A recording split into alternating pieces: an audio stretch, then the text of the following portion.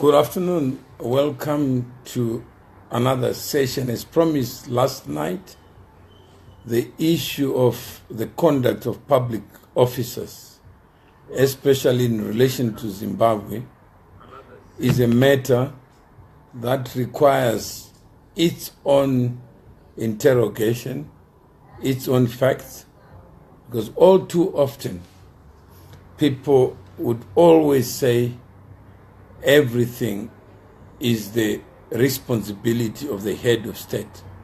And naturally, we expect a head of state to be a CEO. Zimbabwe is a country where the issue of leadership is more alive today than it ever was. There are many people who are searching for the address of wisdom and understanding of what leadership is and ought to be. You may have your own take. I may have mine. But at the end of the day, we have to negotiate what kind of Zimbabwe we want to see.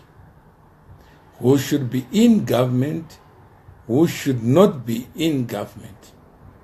I can't say I know the whole of Zimbabwe, the universe of Zimbabwe, and precisely what is required to cure the obvious problem that is known by all. Whether you call yourself opposition, you call yourself ruling party, I think what is clear, the patient is in the intensive care unit. Something needs to happen. What is it? The exit of the president or his associates, would that necessarily cure the problem? What is it that we ought to look at? We may say we need to find a Messiah. Then everybody out there may also be looking to identify the men and women, or the men or the woman who should be at the hem of this political food chain. What kind of person should that be? Who should be qualified? Who should not be qualified? These are broader questions. A few months ago, or maybe it's a year ago, a young man I met for the first time. His name is S. Lumumba. He came to South Africa, and I had an opportunity to hear his story. Most of you are familiar with that story, where he said F this to the president.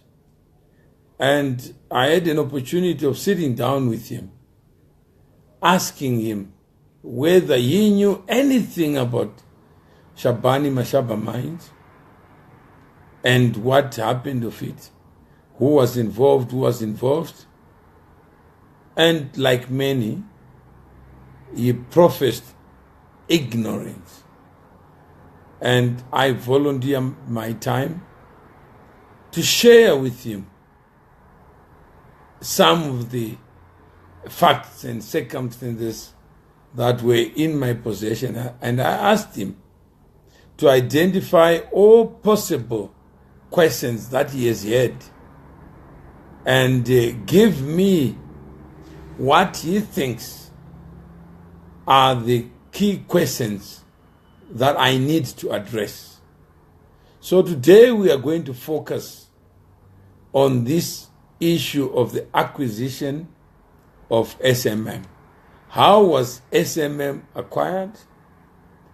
And this is a question that he also wanted to know.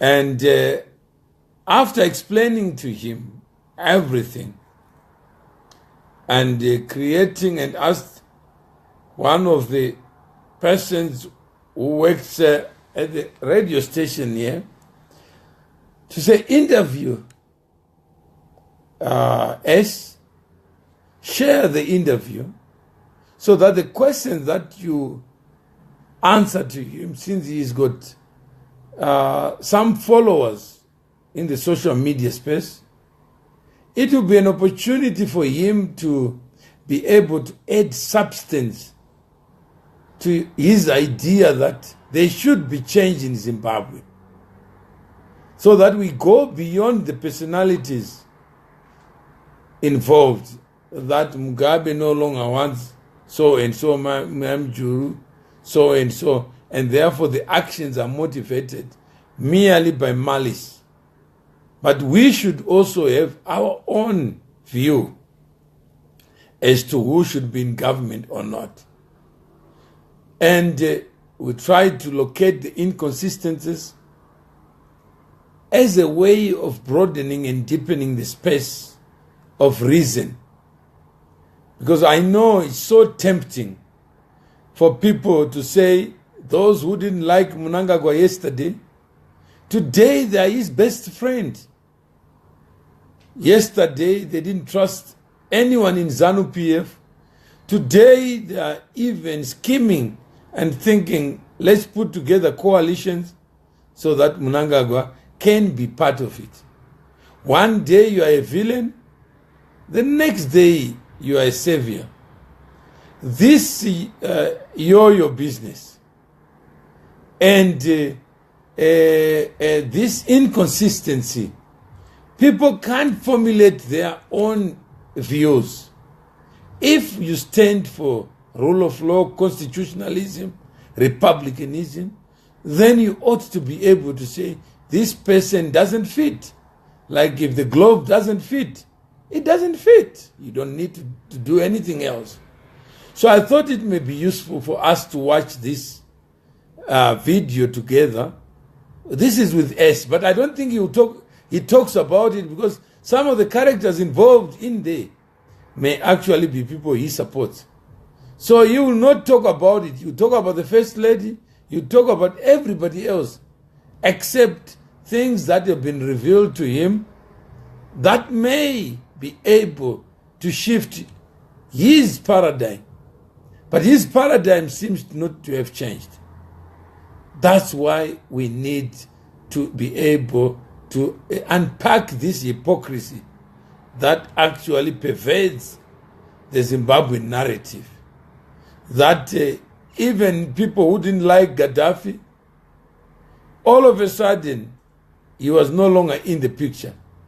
He became a darling. People who didn't like Hosni Mubarak, immediately he is out. He becomes a darling. How is it that human beings are so consistently inconsistent? They can't seem to be able to hold on to a view. If you believe that Zimbabwe over the last 37 years has been a theater for mischief, and some people who are mischievous have used the government as the source of their power to commit mischief. If so, surely can we conclude that only President Mugabe is the only mischievous person, that other people actually are innocent, and he alone is responsible for the Zimbabwean quagmire? To what extent is he also a prisoner who needs to know? Like he said, he didn't know that people were going to boo on Sunday. He had no idea, but he had heard the story. If there was no booing, he was never going to know that actually there's something at play in the party. Those who knew and booed, and they wanted to achieve a certain end, then those people are the people that we need to have a conversation with. So I think we can start. Can you play the video? Yes. I'm just asking here, Oscar, to see whether we can have the video so that we can hear it for ourselves.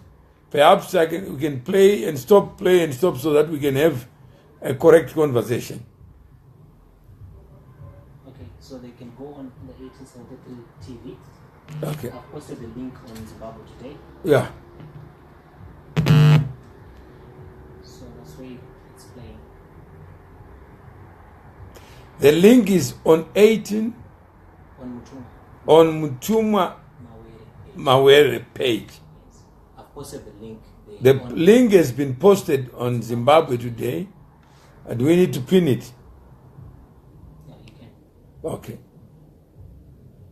The towers joined by AC Lumumba, also known as Lumumba. The man behind the big to the 1873 radio with voice no power. And this afternoon I happened to be at the Microangelo Towers, joined by AC Lumumba, also known as Lumumba, the man behind the big Zimbabwe. And what we are here today to discuss is relatively the issues that are affecting many young Zimbabweans who happen to be in Zimbabwe as well as across the globe.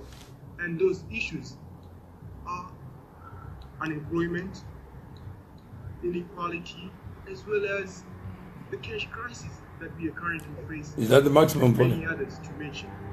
So based on that, as friends of Shabani Mashawa Mines, we have taken a keen interest to know what actually transpired to Shabani Mashawa Mines. We are also educating one another with AC Lumumba as to what happened to Shabani Mashawa Mines, what could have been, what is, and what could be of the company. Because this issue not only affects the people within Shabani, but it's a matter that affects many young Zimbabweans who grew up knowing the company to be a big company that employed 10,000 people at its peak and 100,000 livelihoods depending on it. And today it has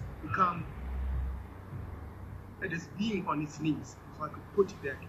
So the most important factor that we are going to start looking at would be the acquisition of Shabani Mashawa Mines.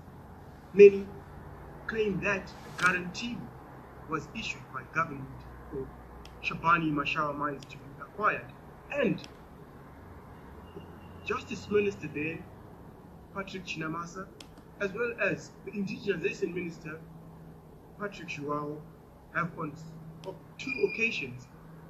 several occasions mentioned that a guarantee was issued. So those are the issues that we will be looking at and discussing with AC Lumumba. Mr. Lumumba, good afternoon.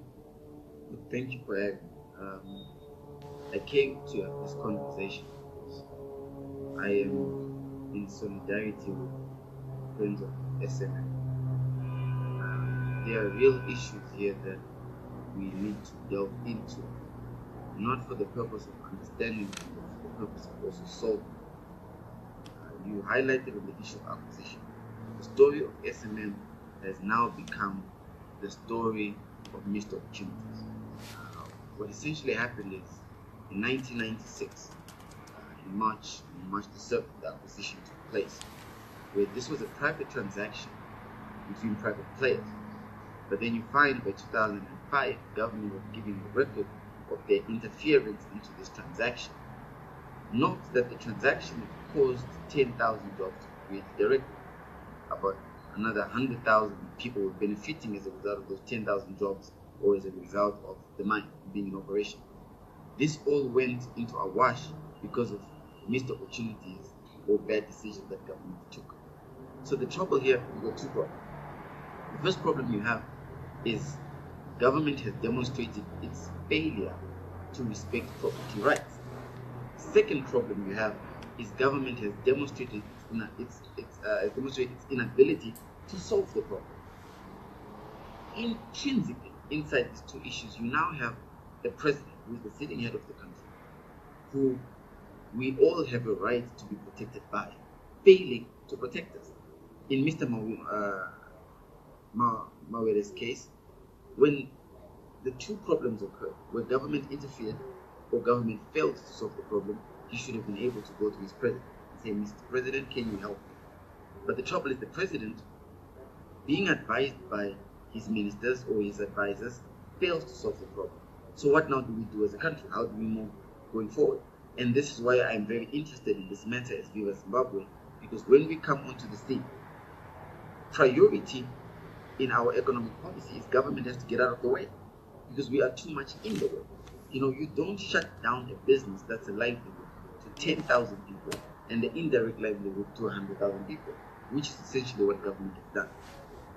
In 2005, when Chinamasa went into Parliament, he told Parliament, he lied to Parliament on record, and he said that Mawere had gotten the mine as a result of a government guarantee.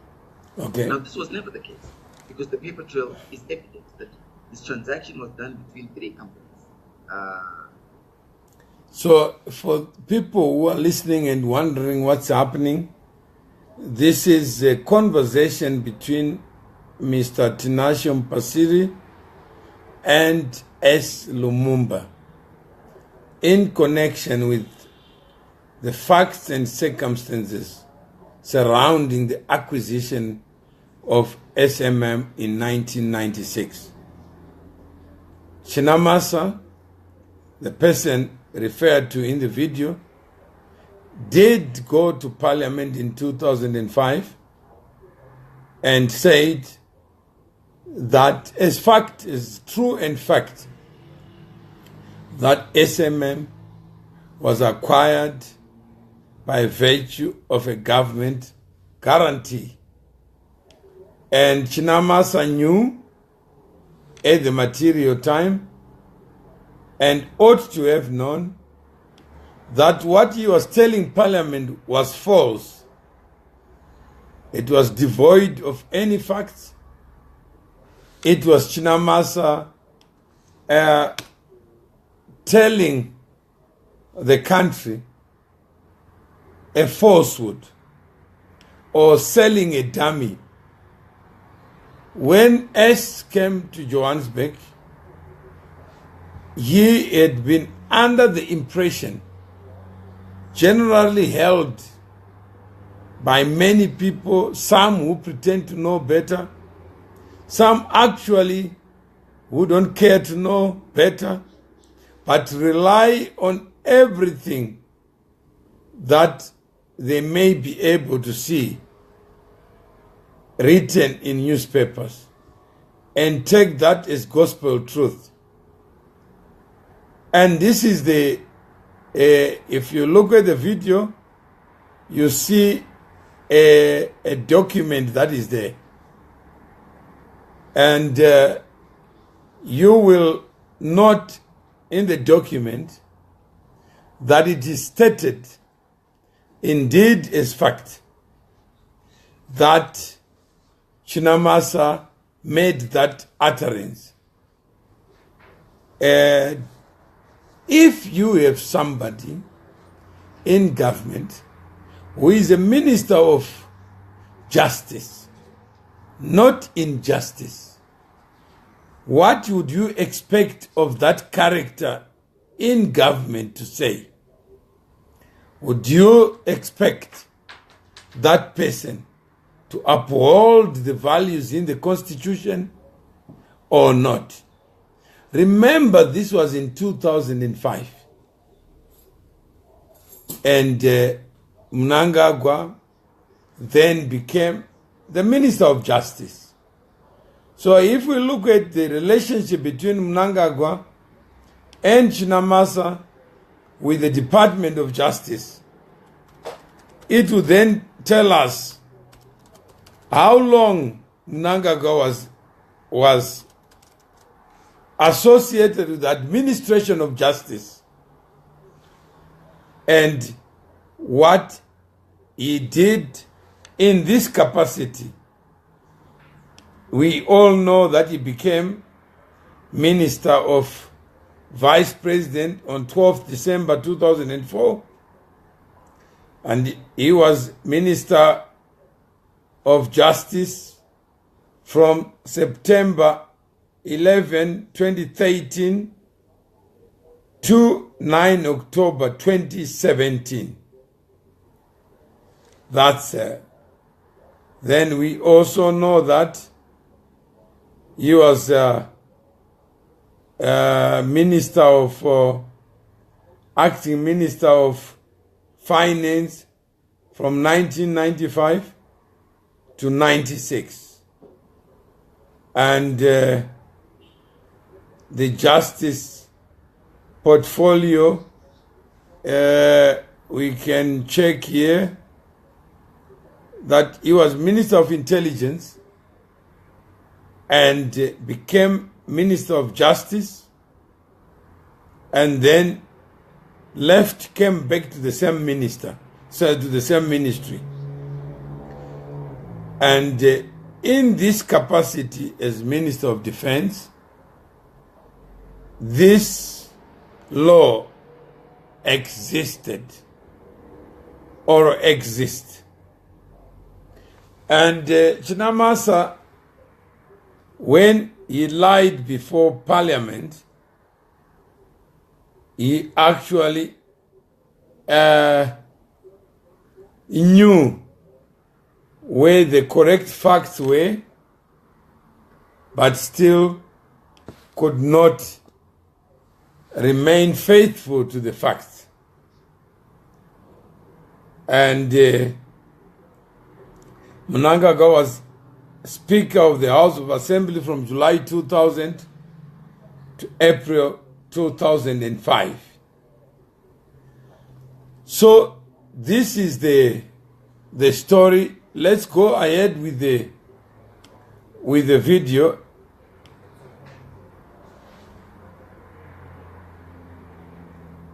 Who exchanged money for product.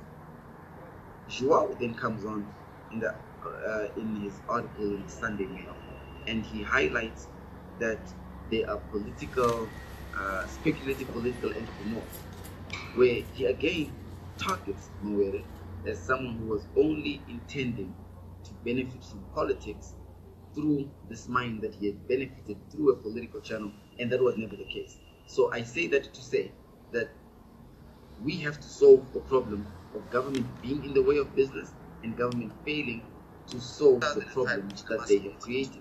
Today, SMM sits idle. There is no one who goes to work there. It's under an administrator who gets paid more than the company actually makes. We found out that you mentioned that there are documents already, and these documents are available courtesy of friends of SMM. Mr. Lumumba, you happen to be a man who has been able to speak out of many untold truths about Zimbabwe, and we found out that many young people within friends of SMM have actually, they have knowledge. And knowledge also promise. Knowledge is power. They are failing to actually share this knowledge that they are holding with the rest of Zimbabwe, with the rest of the world, because this matter does not only affect Zimbabweans, it also affects foreign nationals who want to come and invest in Zimbabwe. So, looking at this document, what can we actually go through the document as far as what Chinamasa said in Parliament, saying that Mawere used a government guarantee to acquire Shabani Mashawa mines?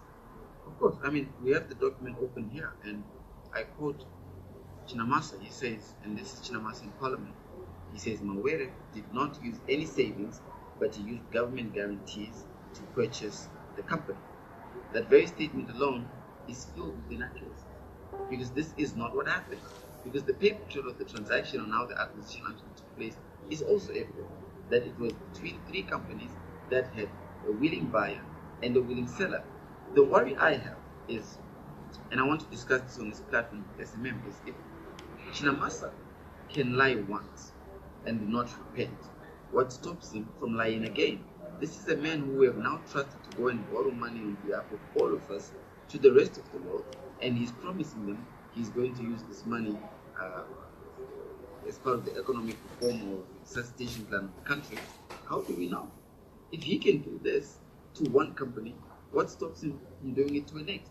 So, SMM is simply or typically an example of what is wrong with our government. They say things they have no intention of doing, and they take things that are not theirs for pure personal gain.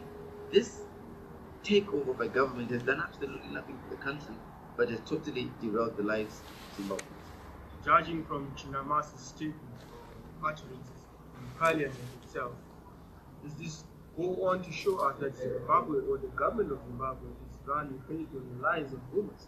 Well, I mean, it goes to show us that this man and these situations are carried out under the protective lies. That's what it goes to show us. You know, you can't blanket a lie and say everything's a lie, which is pure. You can definitely demonstrate that in this regard, that has to do with SME, lies were being proffered to the country, lies were being proffered to the president, and decisions are being made on the set of facts provided to the president. And if this is the set of facts, the president goes with the wrong set of facts and he makes the wrong call for the country. We have looked at what Chinamasa actually said in Parliament, and this is based on a parliamentary extract.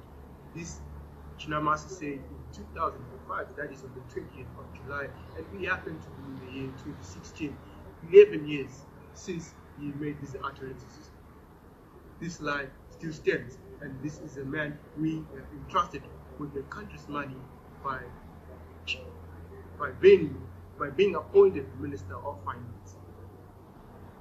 We go on further to look at the extract from the Sunday Mail of the 24th of November 2015, where the Minister of Youth, Indigenization and Empowerment, Patrick Shuao, also uttered a similar statement that Mawere acquired SMM using a government guarantee, and the extract from that particular article in the Sunday Mail newspaper reads, one such speculative political entrepreneur emerged in the 1990s and was able to secure a government guarantee to buy a mining house. He was even offered a very senior position within one of ZANU-PF's provincial executive committees, and he declined. What do you have to say to that? Shuao knows a lot about deal making. He knows a lot about taking things that are not his. His farm is full of cattle that he has stolen from surrounding farmers. So this is a man who knows how to embezzle other people's properties, and there's no regard to property law or property rights. In this instance, he is trying to demonstrate political prowess by undermining a legitimate case against another Zimbabwean, which is you have taken something away that he has worked so hard for, and you've actually run it down.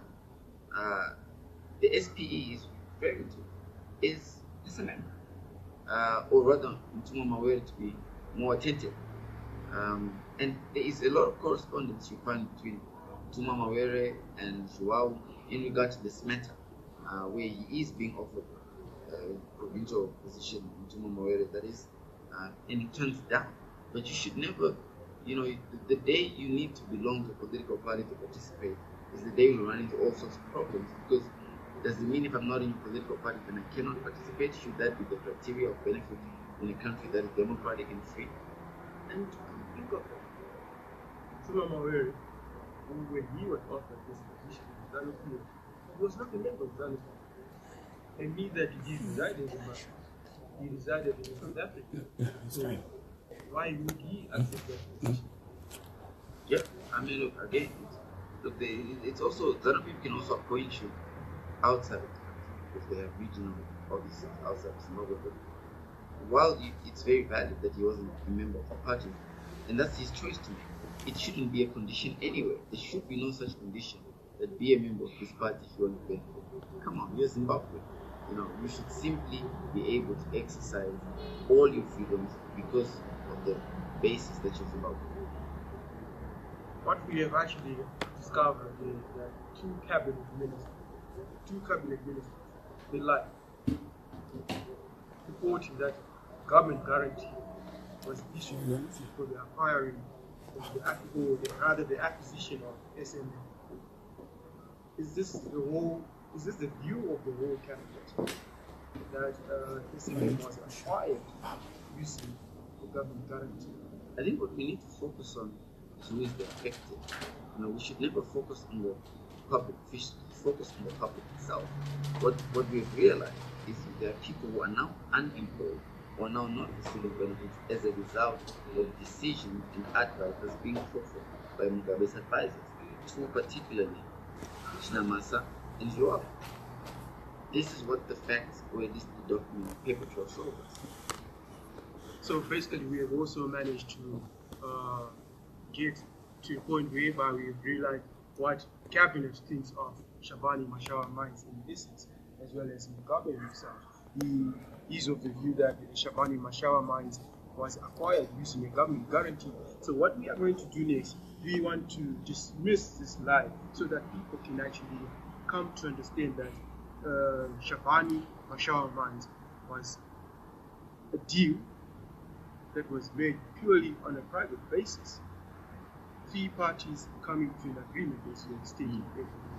As we go on through our documentation that we have, first of all, we have a date of agreement where an agreement took place as far as the acquisition itself was concerned.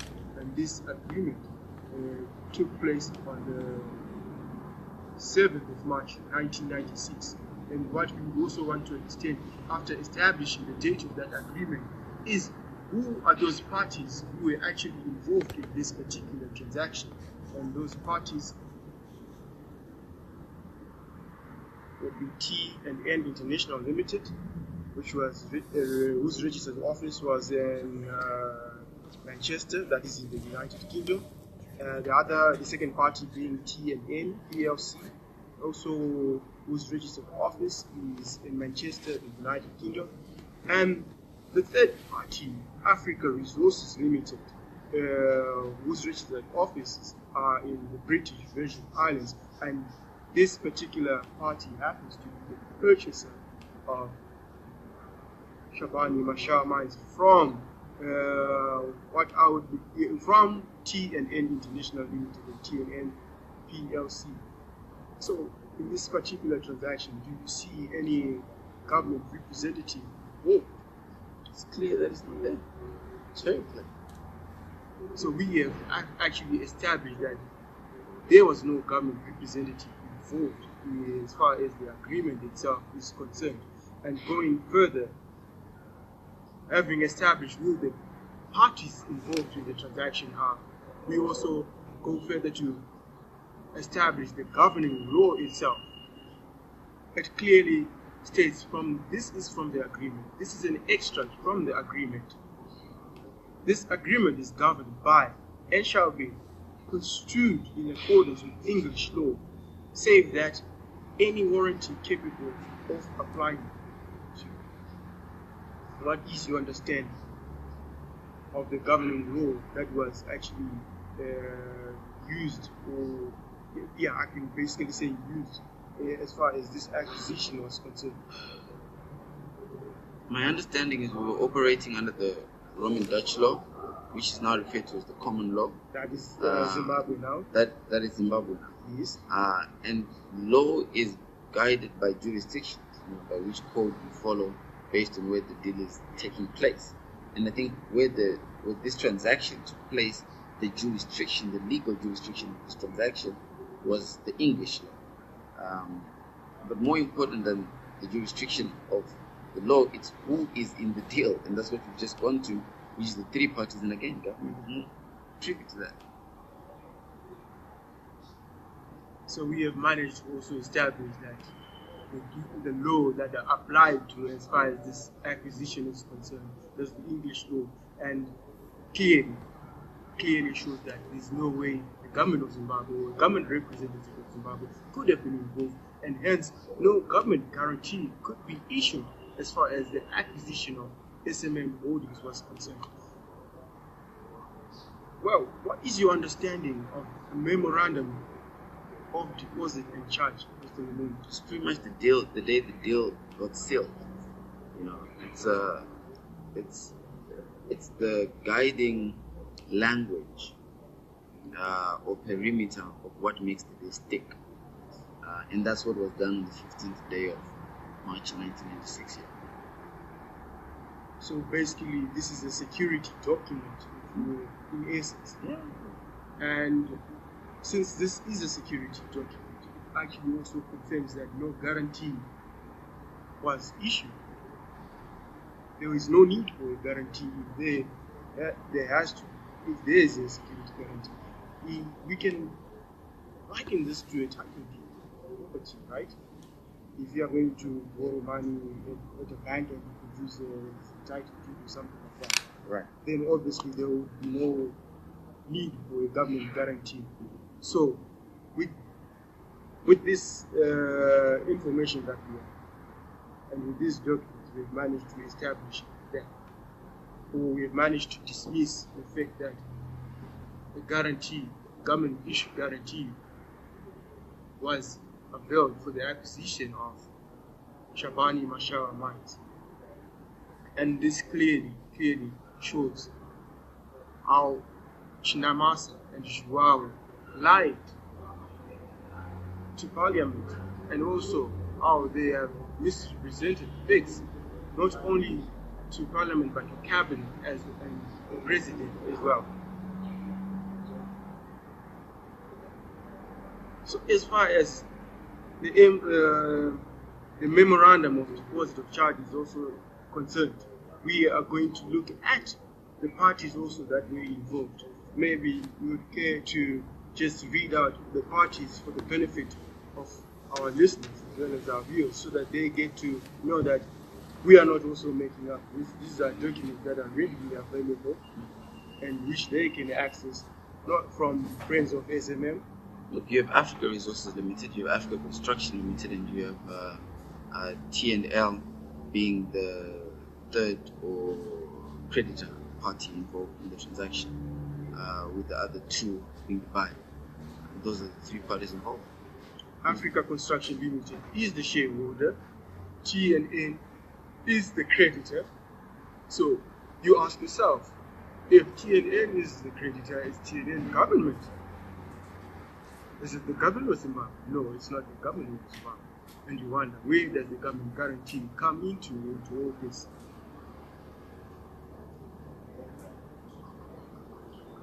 And the signatories themselves involved in the memorandum of deposit and charge, there are only two signatories. That the first one signed for SMM Holdings Limited. This is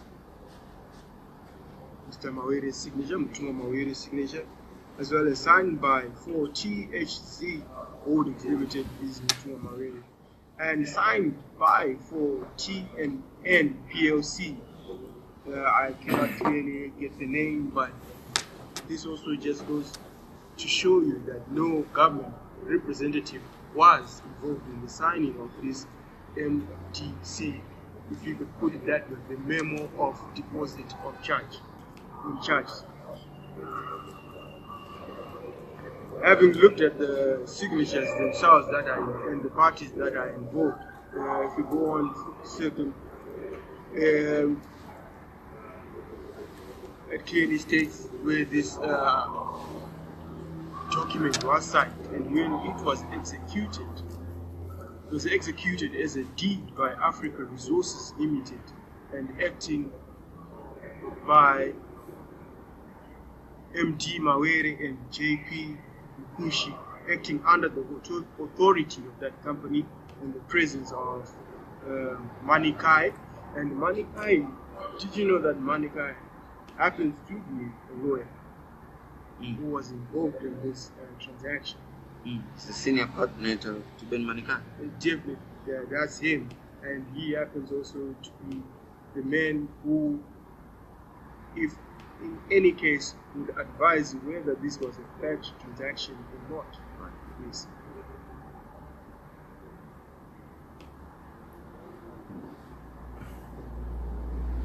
So also helping us to dismiss the fact that the government guarantee was issued is a witness statement, and that witness statement was signed on the 26th of October in the year 2007 by Mr. Mutuma Mawere, and this was done in the United Kingdom.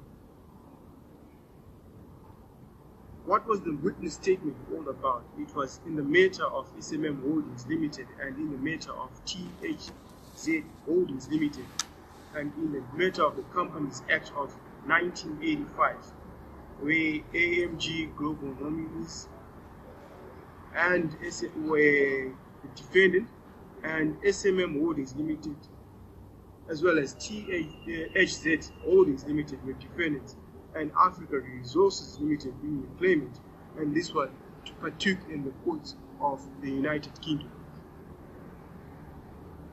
So this brings us to the conclusion that a government guarantee was not issued at all, and to the conclusion that the government of Zimbabwe operates on lies and they operate on rumors.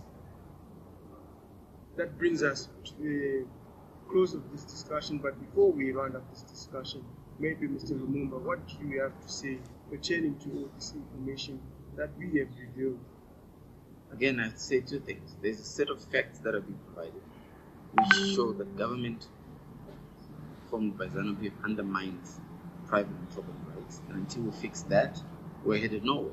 Investors need to be able to be confident that if they bring their money into the country, their money stays. Second of all, it's how do we create a recourse for this? How do we fix this problem now that it's there?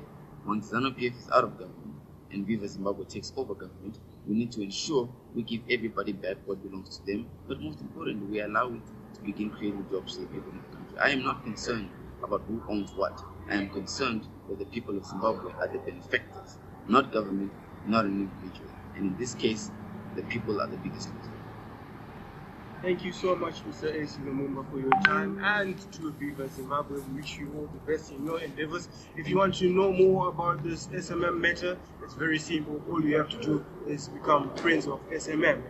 Thank you. Okay, now can you do mine? Mine is very short. I want. So you have heard this expose, this conversation. I see Esther Mashingaidze watching from New Jersey. Chigora Joe says the guy who was sent to oversee the completion of Caesar of SMM was a personnel manager at Coca-Cola Mutare. His name was Abraham Madimutsa. He is late now. He was from Chivu.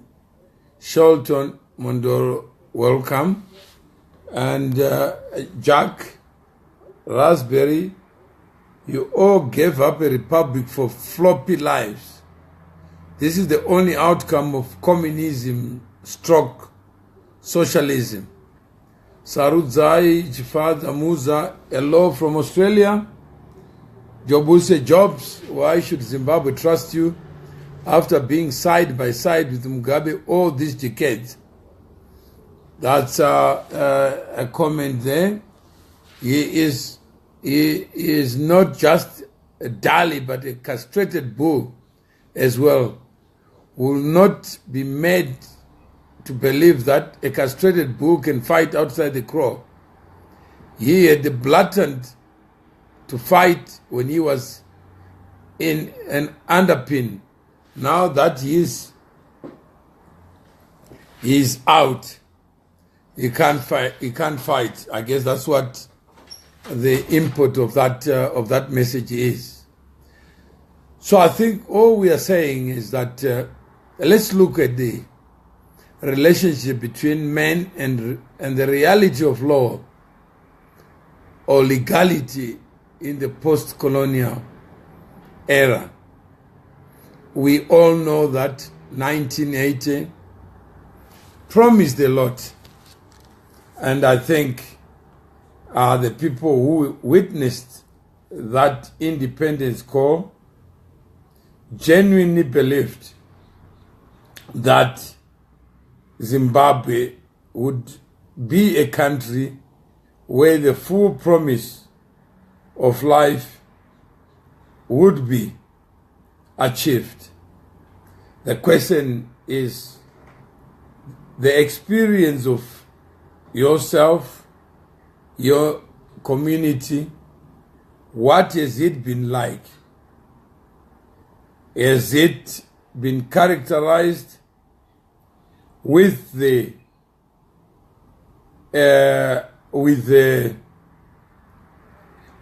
promise?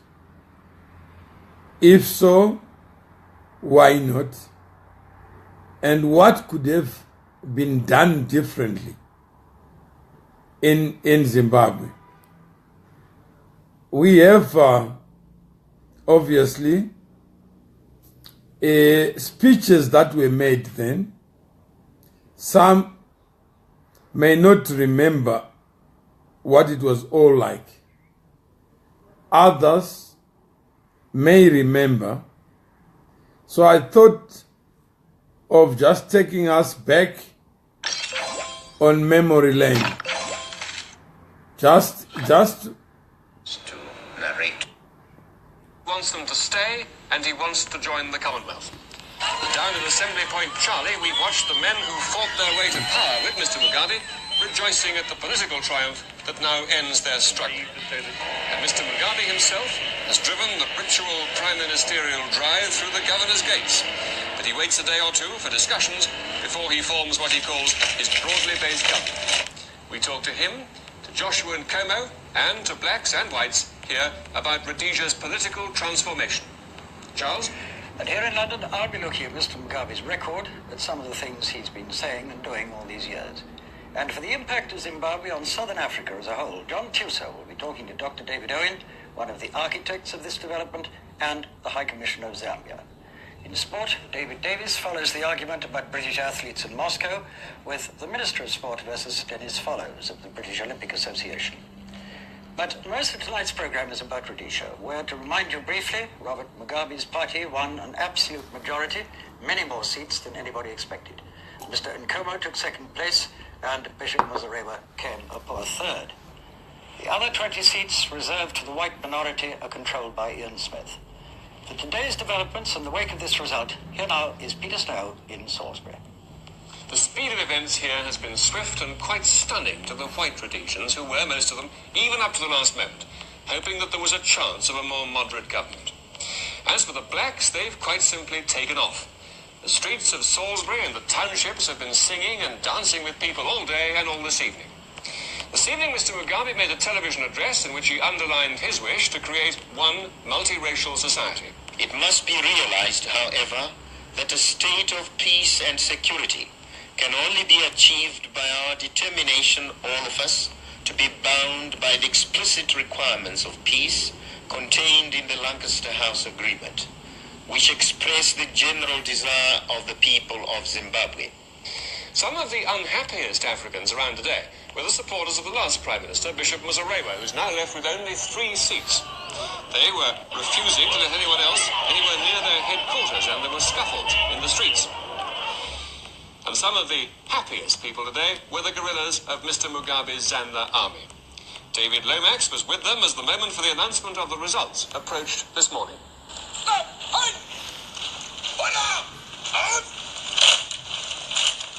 In Assembly Camp Charlie, there are 1,500 of Mr. Mugabe's Zanda guerrillas. They base themselves in a derelict mission only 10 miles from the borders of Mozambique and are surrounded by the wilderness of a vast tribal trust land.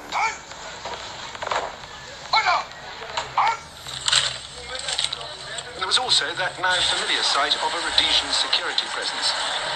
There are 27 Rhodesian territorials here and a handful of British monitors who are staying on to help with liaison.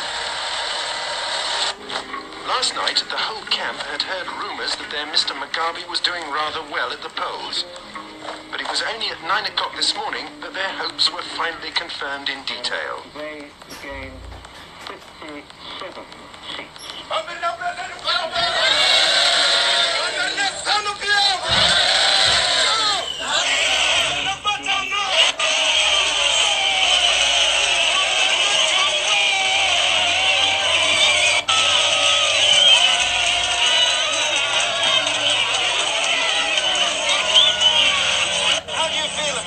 The news of the result you just heard. Well, I feel they are free and fair. They are very good and exciting, you know. What you want now is unity. Since everything is over, I'm very glad bloodshed is now ended. And I hope everybody, part and parcel of this country, is going to follow the next government. What do you feel about the result? Well, I feel very good. Feel very victorious.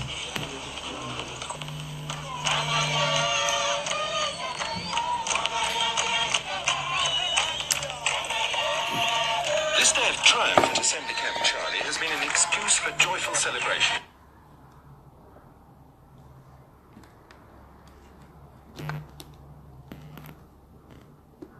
Play it again.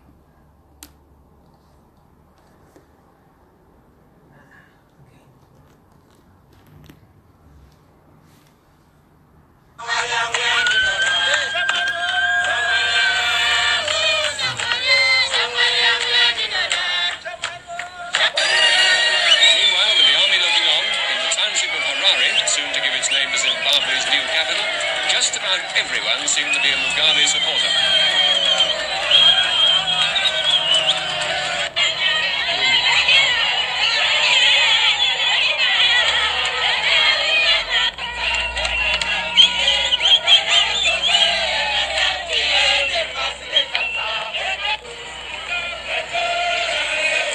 Here in Harare, Mr. Mugabe will soon inherit these problems of housing and urban poverty, and people's expectations are high. Mugabe is going to give people food, houses, farms, money, and everything they want. And What's Mr. Mugabe going to do for you? Employment for my husband, betterment for my husband, schools, clinics, peace. I think that's the things that I want. What will you do if Mr. Mugabe doesn't give you these things? I don't expect it. I don't want to think about it. I'm sure he won't disappoint us. I'm sure of it. Thank you. what a good and free country to live in. And what else? Jobs, good houses, better pay, and things like that. Do you think Mr. Mugabe... I'm very happy about the victory of Mr. Mugabe, and I'm expecting big changes, such as people in the squatters will be removed to good houses, in the jobs, we'll be having equal jobs, equal money, and everything like that. There will be no racial discrimination between people. How will you feel if Mr. Mugabe fails to bring these changes? Well, that will leave it to the people. Within an hour of the news breaking this morning, Mr. Mugabe's supporters were pouring into the city centre. It wasn't a sight this smart and mainly European business section had seen before.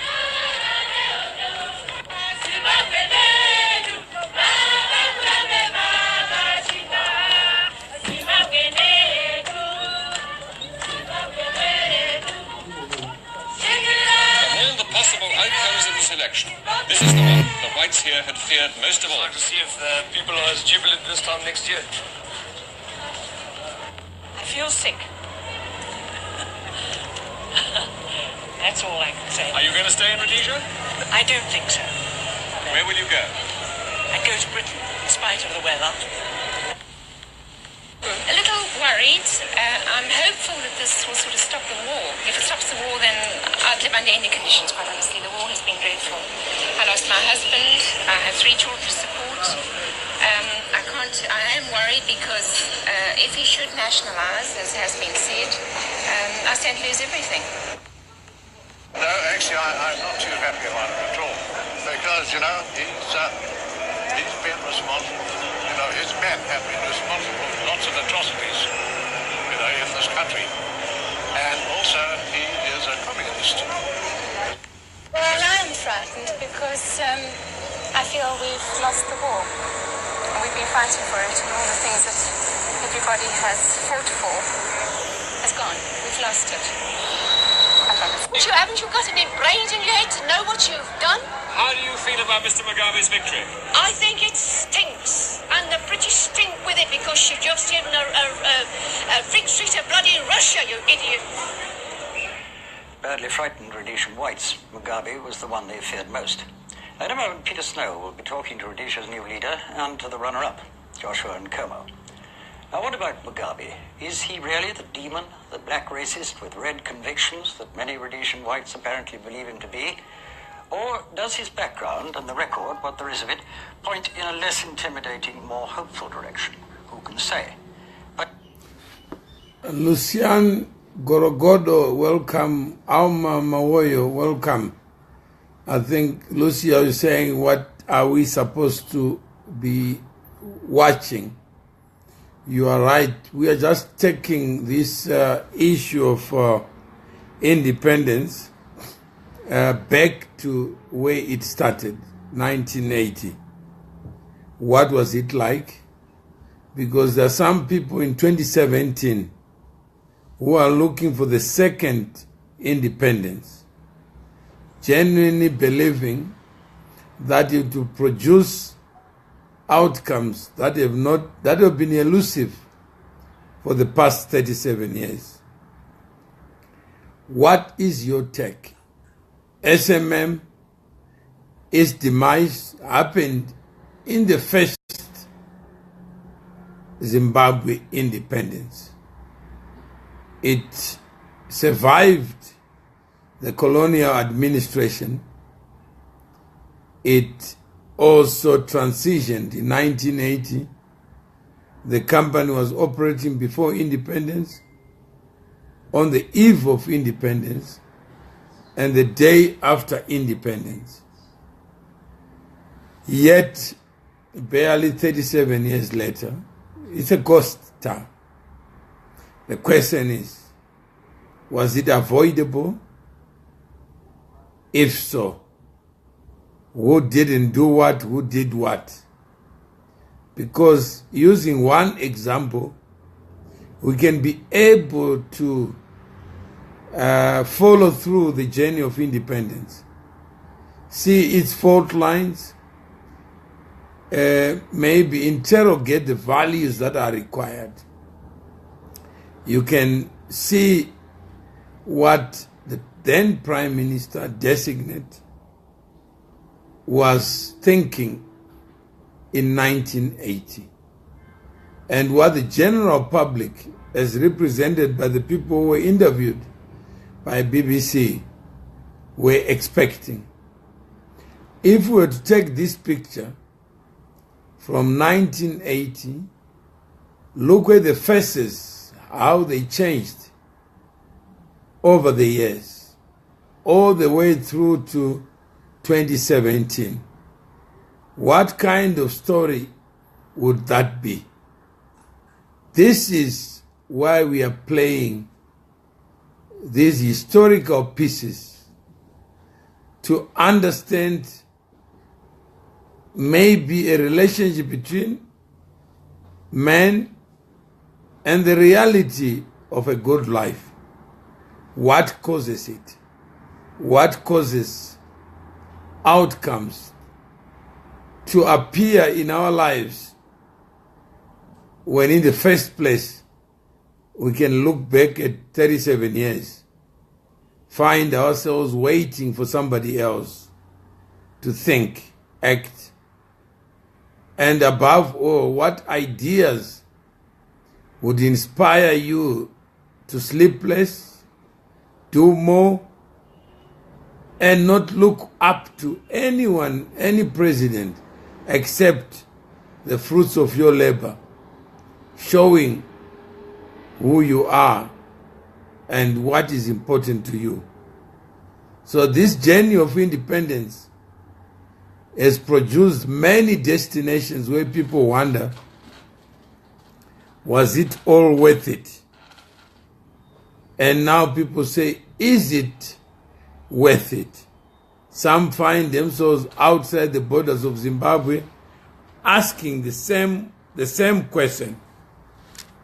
And if I send you the link, it will play there. I got it. Oh, you got it? I can play it. You can play it from there. Yes. So let's finish there.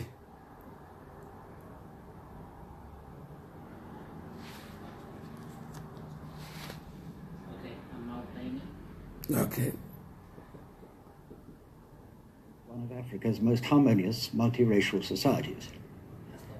Robert Gabriel Mugabe, the son of a carpenter and now 56, went to Roman Catholic mission schools. He won a scholarship to a black university in South Africa, where he got the first of 6 degrees in a year and became an African nationalist. He returned home to teach and taught for 4 years in Ghana, where he married and came under the radical influence of President Kwame Nkrumah. In 1960, back in Rhodesia, Robert Mugabe threw himself into nationalist politics. advocating bloodless revolution through propaganda and civil disobedience. He called himself a Marxist, but what drove him was not just ideology, but a simple resentment against white treatment of blacks. The revulsion, I think, started through the stories that our parents used to narrate to us, how the white man came to the country, how he grabbed the land, and in a society where you have a class whose main purpose and accepted privilege is to exploit others, you naturally get revulsed if the majority of the people are being oppressed, being exploited. You can't avoid, if you have any moral principles at all, the call to do something about it. As black civil disobedience mounted, Mugabe was several times arrested. By now, he was calling for rule by an African majority. He said he would negotiate with the British, but not with the Rhodesian white majority. It announced them as cowboys, and he was arrested for that. In 1964, the government cracked down on the whole black nationalist movement. This time, Mugabe was detained without trial for 10 years. He used his time in jail to teach and to study, passing 3 law exams.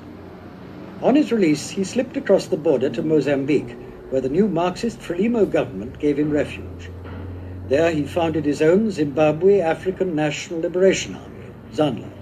Many of his old comrades, some of them former fellow prisoners, joined him. Ambeni Zanu, Ambeni Central Committee, Ambeni High Command, Ambeni General Staff, Ambeni Mome Zimbabwe, Ambeni Ondo, Ambeni Chimre. By now, Mugabe was convinced that only violence would bring about radical change. There was the whole history of our having tried non-violent methods. They had failed completely, and neither the settler regime nor Britain heeded our cries. They just wouldn't move. They wouldn't yield an inch. And so we decided, without any qualms about it, that armed struggle would be the right thing.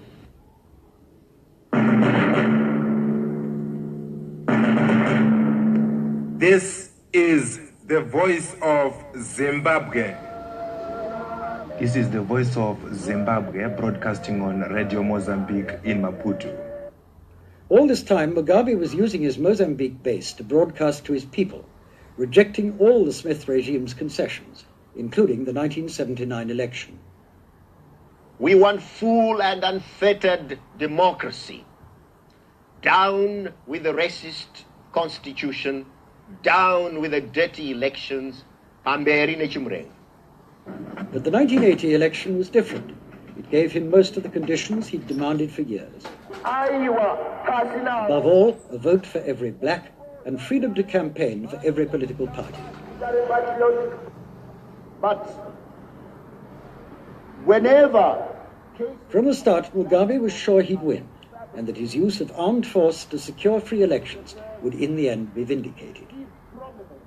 In politics, you have to have an inbuilt system of shock absorbers. And I just don't care what they say, as long as I know I'm right. So they can say anything in their papers, damage me in every way possible, as long as the people I lead are behind me and approve of what we are doing. That's what matters. The rest of the world will one day, be persuaded to believe we were right when we resorted to armed struggle. Mr. Mugabe's election manifesto was greeted widely as a remarkably moderate document for one who many see as a man dedicated to a Marxist transformation of this country. But there are 2 passages in it which have led to fears on the part of the whites here. First, on industry and the economy. The manifesto says, a socialist transformation process will be brought underway in many sectors of the economy. And then on land, the manifesto says, a ZANU government will acquire as much land from the private sector as is necessary for the resettlement of the peasants who are currently on poor land or are without land. Well, earlier this evening, after his broadcast to the nation as Rhodesia's Prime Minister designate, I spoke to Mr. Mugabe and I asked whether we should now take it that this country will now lean more towards the Soviet Union and China than towards the West. We are going to pursue a policy of non-alignment, but that does not deny us the right to be associated with members of either bloc on the basis of mutual understanding.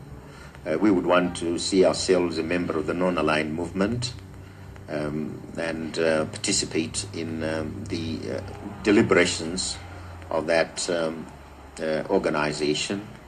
We also would want to see ourselves become a member of the Commonwealth as well as a member of the United Nations. But in relation to the two blocs, we are going to be absolutely neutral.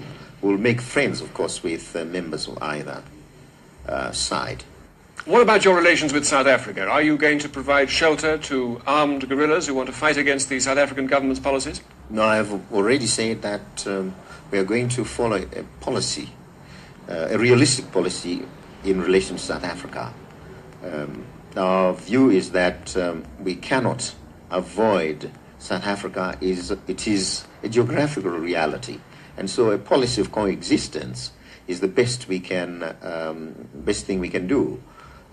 Our view is that South Africa should avoid interfering in our affairs, and we should avoid interfering in South African affairs. So you won't support opponents of apartheid from here? We will support opponents of apartheid only politically and diplomatically at the international forums. But it is not our duty to take up arms against South Africa. It's the right and obligation of the people of South Africa to correct their own grievances their own way.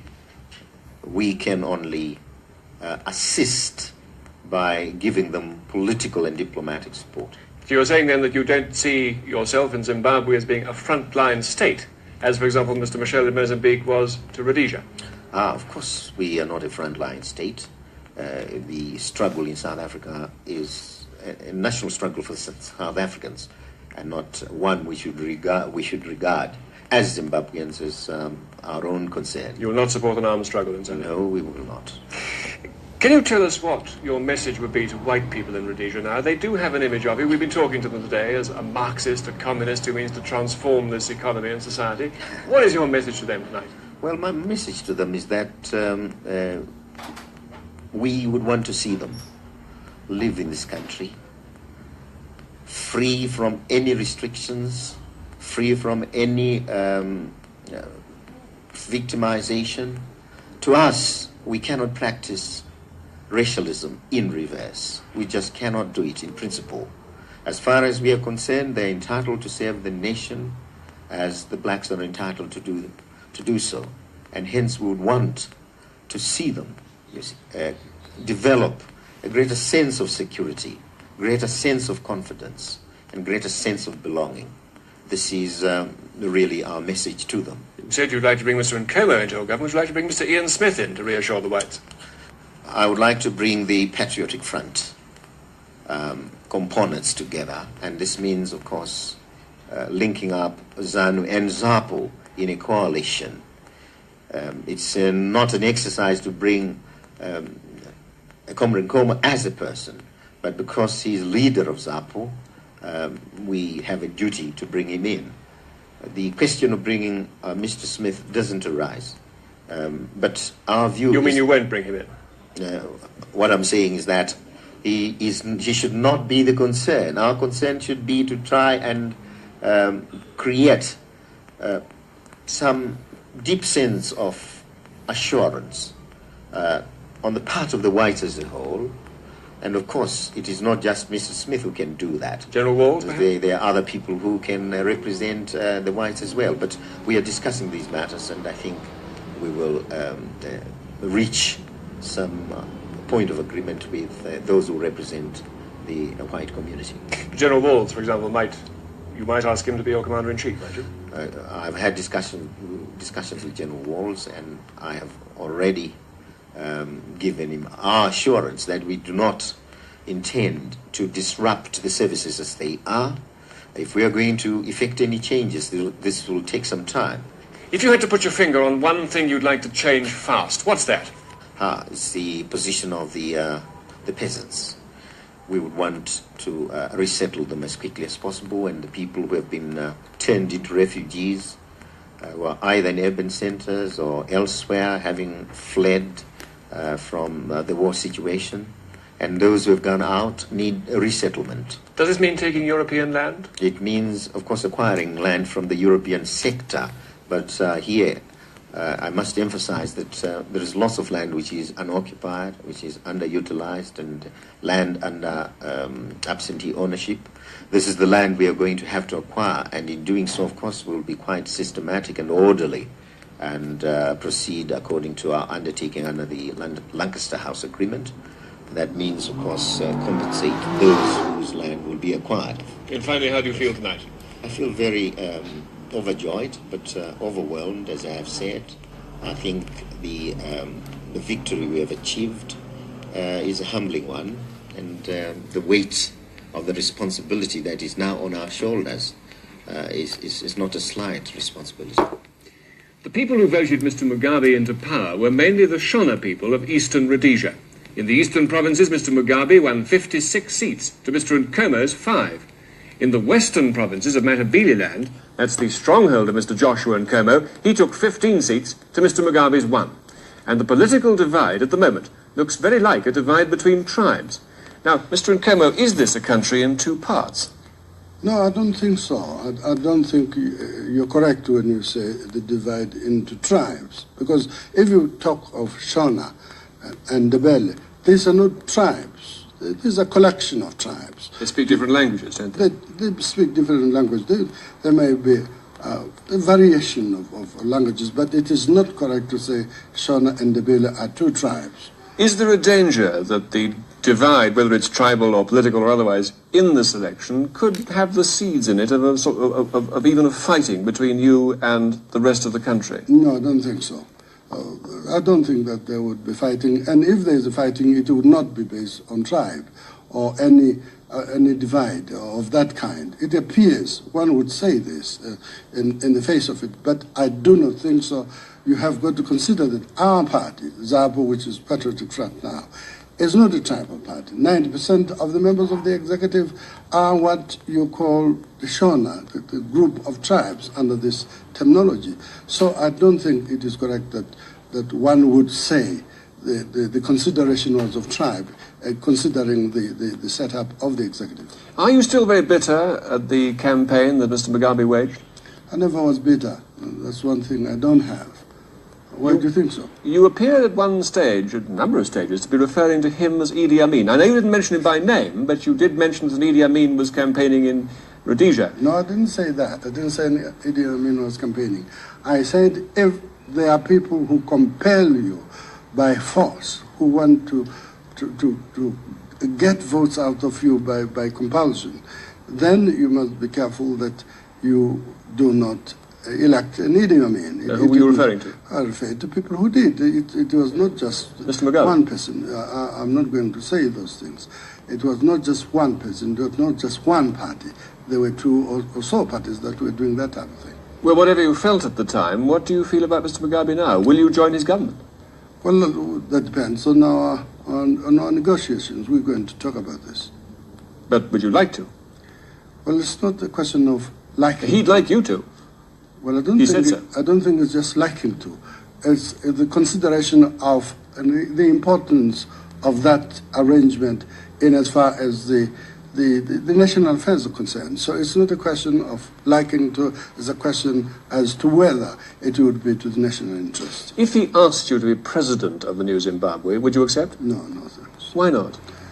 A constitutional president really is an inactive job, very inactive. And I'm not the type of person who would sit there for just this constitutional figurehead. That's the type of thing, no thanks. So it's got to be a ministerial job? I suppose so, yes. What sort of job would you like? No, we're going to discuss about that. Finally, what sort of change would you particularly like to see in this country as soon as possible? Well, the most important change in this country is that of our people recognizing themselves as one. What I mean is this. We have been divided into racial groups. white people, black people, so that all that was different, and be it in economic life, be it in ordinary social life, was based on this black and white. Once you change this and you make our people feel that they're one, then all those things that were divided along those lines could be solved. Mr. Nkomo, thank you very much. Joshua Nkomo, who won 20 of the 80 African seats in the results this morning, making, of course, 20 of the 100 total seats in the new parliament, including the whites. Peter Stowe there in Salisbury. So there you have it. That's the beginning of this journey of independence. And Dennis Makaya, welcome. I think the the issue we've been talking about is really about the events associated with SMM. I thought it would be useful to also add the context in which independence is and should be located. Who is to be independent? Government officers or the individuals who make up the totality of the nation of Zimbabwe? When you look at SMM, absent government, what would have been the journey? When you look at the circumstances and the facts that were imported into SMM, then you say, if Mnangagwa was never in government, what would have been the story? And if he was, what is the story? Where is that story to be found? Who is going to tell the story? Unlike Professor Moyo, who is got a defender in the First Lady, who can institute an investigation. It is common cause that since 2004, no commission of inquiry has been instituted to establish the precise facts. In fact, this whole matter was privatized from day one. So when Mnangagwa was correctly speaking of state capture or party capture, he actually was speaking to the affairs of SMM. Why state capture? Although he calls it party capture. But you and I will agree that capturing the state is different in terms of meaning from capturing the party. The party itself is nothing but a not-for-profit association of members. And it doesn't have the power to cause people to surrender their income as tax. The state or government, if we can call it, although the state has a different meaning, carries with it universalism that a party does not. A party is limited in terms of its sphere of influence as a human construct to the people who subscribe to it. But individuals who are also members of the party can also be in government. We have seen the events unfolding, not just now, within the four corners of the party, the ruling party since independence. You have your own take. Everybody has his or her own take. The rest is really history. But this gives us an opportunity to reflect and think about what kind of government do we want to see. And when we talk about culpability or responsibility, at whose door should those terms be relevant? Gumiram Seve, welcome from Kazakhstan. This is what we have in terms of the post-colonial experience.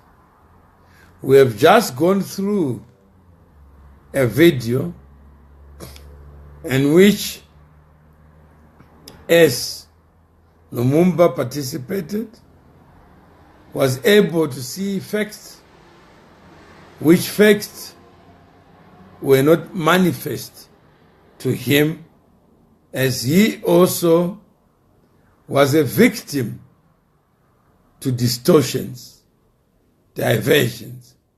Because the narrative that we start with is that so and so is a criminal. Then from there, we then have a narrative of national interest that is created.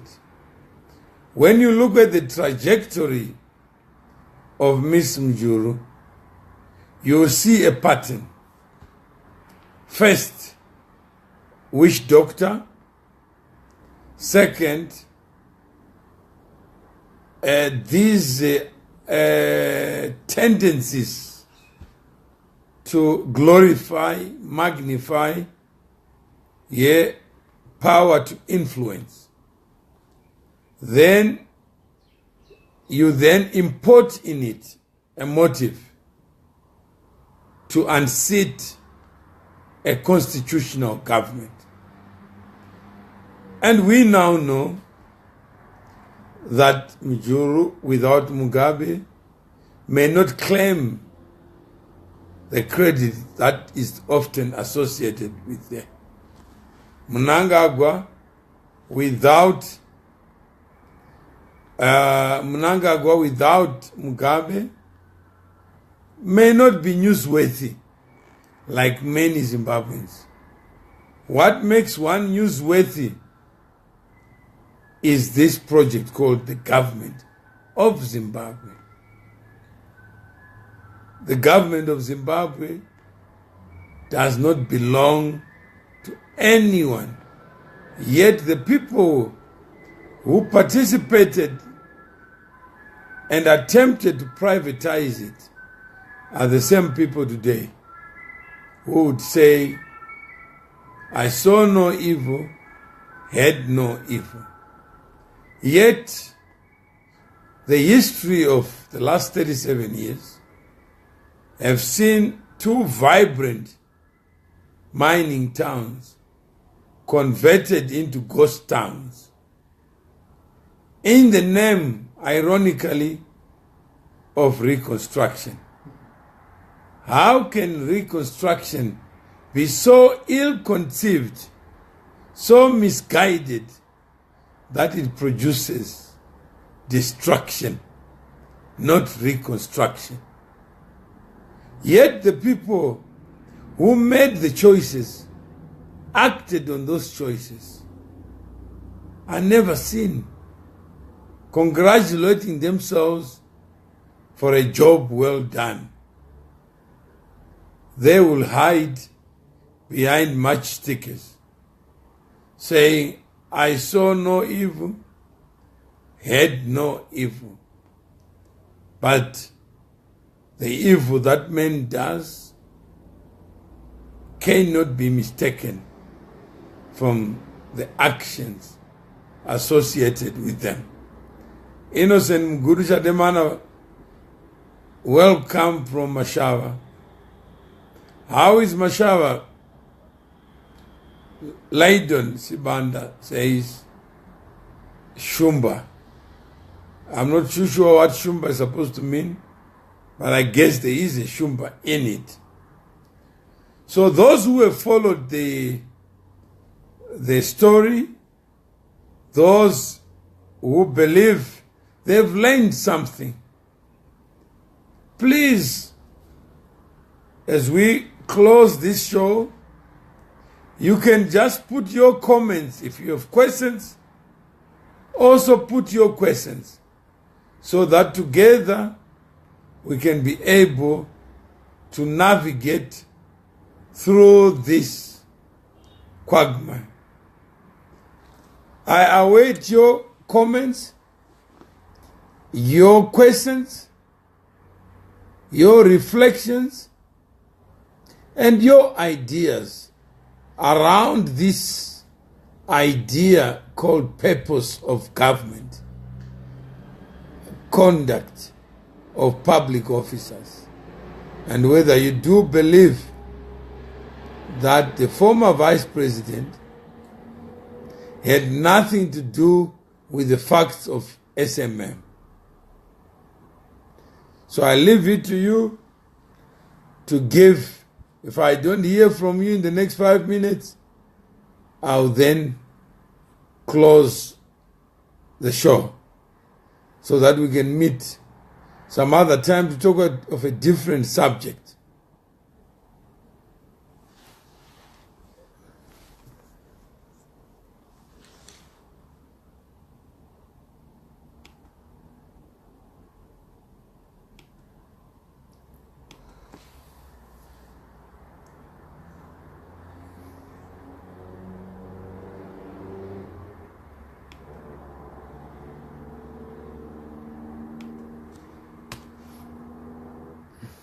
No comments.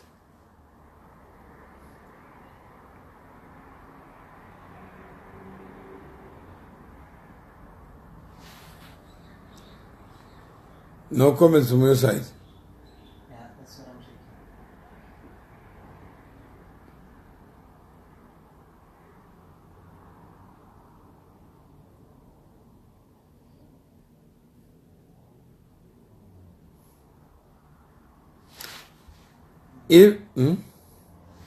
If you have any comment, subtraction,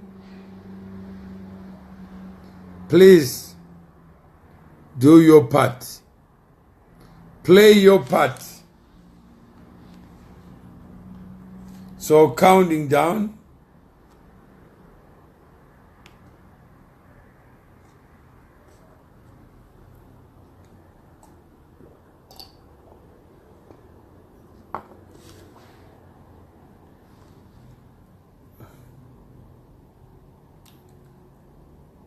I like play your part. When people are quiet, it means that they are digesting.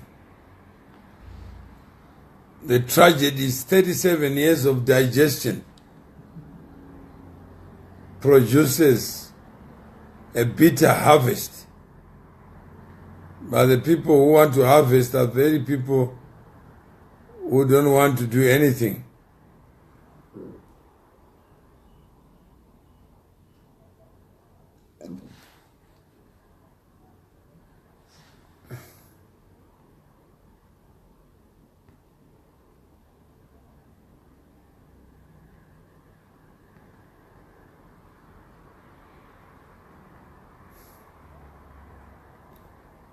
Okay, I think that takes us to the end of this show. We'll come back with another section of this continuing, unfolding conversation. Yeah, there are comments on Kuchuma. Other comments? What are they saying? Elton is saying that, are we really about to take another devil to replace the old devil. And then Patrick said, I am there too. Okay. I think for the next. Okay, are we to replace? Are we about to take another devil to replace the old devil? I think people generally who don't know what they want, they will always end up where they started. If you know what you don't want to see, then you do something to avoid it. But if you don't know what is wrong and what has caused for you to be where you are, then any road will always take you there. Even the people who have caused you to be there will be the very people you trust. Kama talks Mtasa, it's good that the fucker is gone, because it was all about him and nothing for the povo. I guess the fact that he became a fucker to you, it means somebody could be fucked. It means somebody was ready to accommodate this. And we all must accept the culpability that we actually allowed it to happen when we could have known better and when we know better. But repeating the same mistake seems to be characteristic of human beings. We seem to love to go the same journey that we've already traversed, hoping that the new miles that we would consume will actually give us a better outcomes. A lot of opposition supporters were brutalized and some even killed while he was justice minister. Some may say, when you have injustice under your watch, then you can never be a man of justice. Because justice itself is a promise that is deeply entrenched in any constitution. When justice is not delivered, it means that promise of independence actually is retained for insufficient funds, like Martin Luther King said, of justice.